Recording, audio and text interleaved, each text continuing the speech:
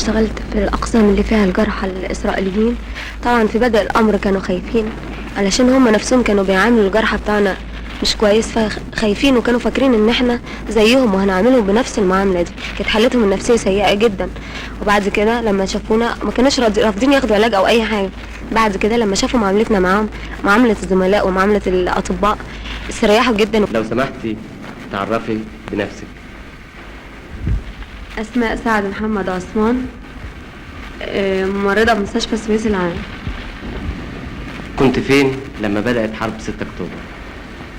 كنت في راحتي الشهرية في مدينة المنصورة عند زميلتي عزة حلمي.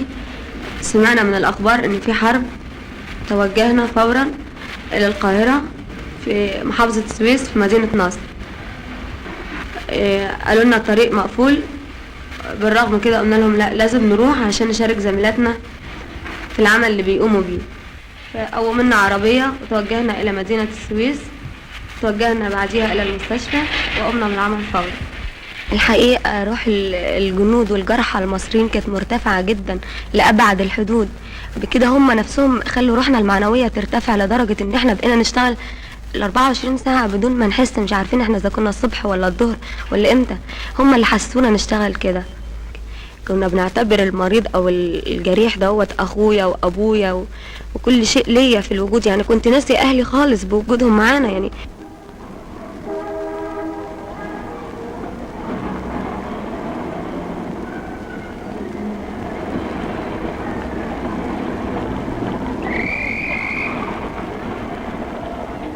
أنا عربي محمد أحمد من السويس، عمري 34 سنة. بعد ما الحياة استقرت بقى بعد يوم 27 وجدنا ان لازم الحياة تستمر. قعدنا الحقيقة ندور على دور نعمله. فأنا قلت لهم يا جماعة ان الكلمة برضو ما تقلش عن دور السلاح في المعركة. وقعدنا بدأنا نكون الفرقة دي زي ما قلت لحضرتك.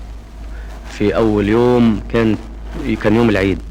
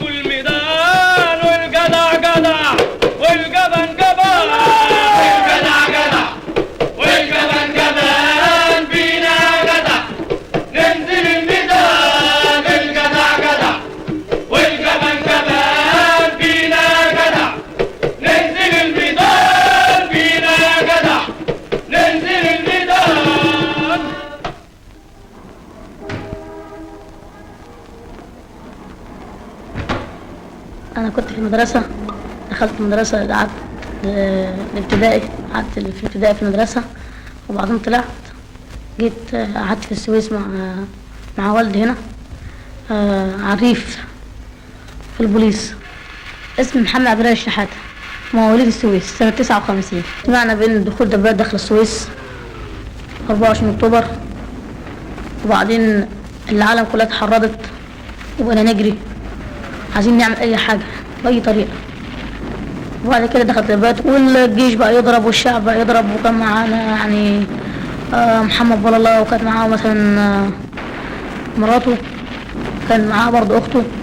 وبعدين لما الناس احتاجوا ذخيرة تجيب ذخيرة انا واخويا، وبقينا ندافع عن بلادنا وعن نفسنا اللي هو كانت دخلت تحتل بلادنا.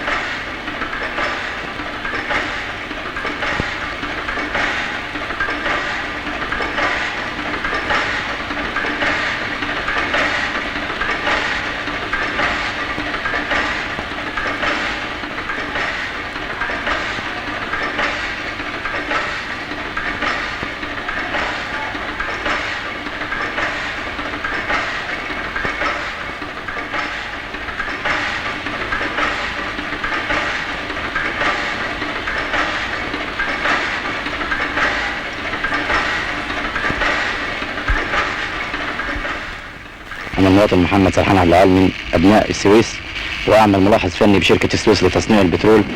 ظروف الحريق اللي هو بتاع 24 اكتوبر سنه 67 يمكن دي خلت كل شاب موجود في البلد ان هو يعني يكون فدا فعلا لبلده. على قد ما العدو فكر ان هو يحرق لنا المصانع، الا ولد حاجه جديده، وهي الناس تمسكت بالبلد اكتر من اي وقت مضى.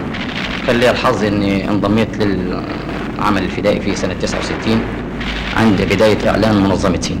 اتقسمنا الى كمينين مؤقتا، كمين في قرب مزلقان الشهداء، وكمين قرب سينما رويال. والكمينين كله كمين مع ار بي جي، واحد مع ار بي جي 2 واحد مع ار بي جي 7.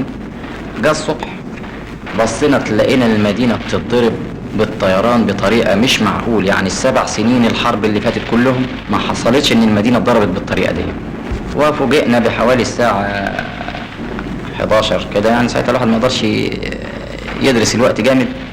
فوجئنا بدبابات العدو داخلها.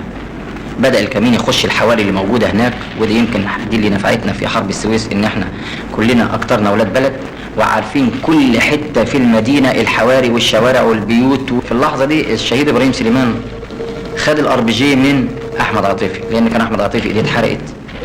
بصينا تلاقينا دبابة سنتوريون جاية بطريقة بشعة قوي، الله يرحمه الشهيد ابراهيم راح نازل من على ميل الخندق وراح ضارب ضربته. وبعدين ادانا يشيء القدر ويشيء ربنا سبحانه وتعالى انها تيجي في مكان قاتل جدا، وهي تيجي في مكان قدام السواق وتيجي جايه في رقبته. بدا العدو ينزل، يروح فين يروح فين يروح فين. اقرب حته ليه الاسم، راح داخل الاسم، متمكن من الاسم ان هو داخل طبعا مندفع، قدر يقصر الموجودين في الاسم. يعني دي واقعه انا ما شفتهاش داخليا، لكن شفت ان العدو بدأ يركب الاسم في الدور الثاني والاولاني ويحتل. وبدأ بقى هنا بقى الملحمة الشعبية الأصيلة بقى. ولا فيش روحك قدام شباب يا سويس، ولا مستحيل يقدر على عند الرجال. طلع السويس طلع السويس طلع السويس، الشعب تتحدى الحصار، طلع شبابها الصلب بيهد التتار. طلع السويس الشعب تتحدى الحصار، طالع شبابها الصلب بيهد التتار. ألف بيدك وقف ايدي يا سويس، يا رب مصر صدقها وقت النزال.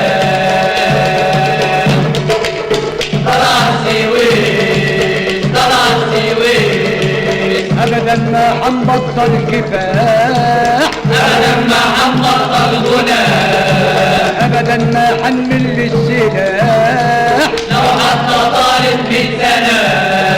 أبدا ما حتبطل كفاح، أبدا ما حنبطل غناء، أبدا ما حنمل السلاح